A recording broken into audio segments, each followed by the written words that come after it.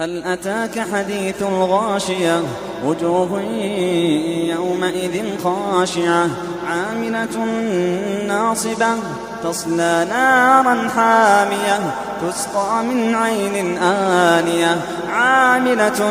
ناصبة تصلى نارا حامية تسقى من عين آنية ليس لهم طعام إلا من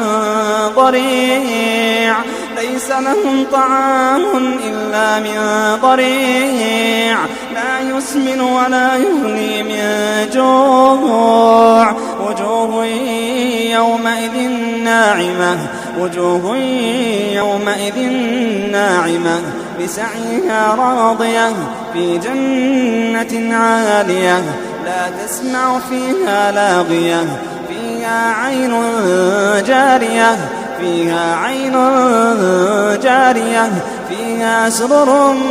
مرفوعة فيها سرر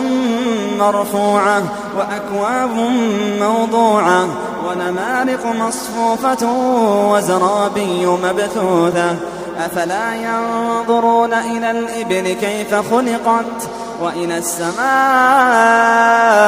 كيف رفعت وإلى الجبال كيف نصبت وإلى الأرض كيف سطحت فذكر إنما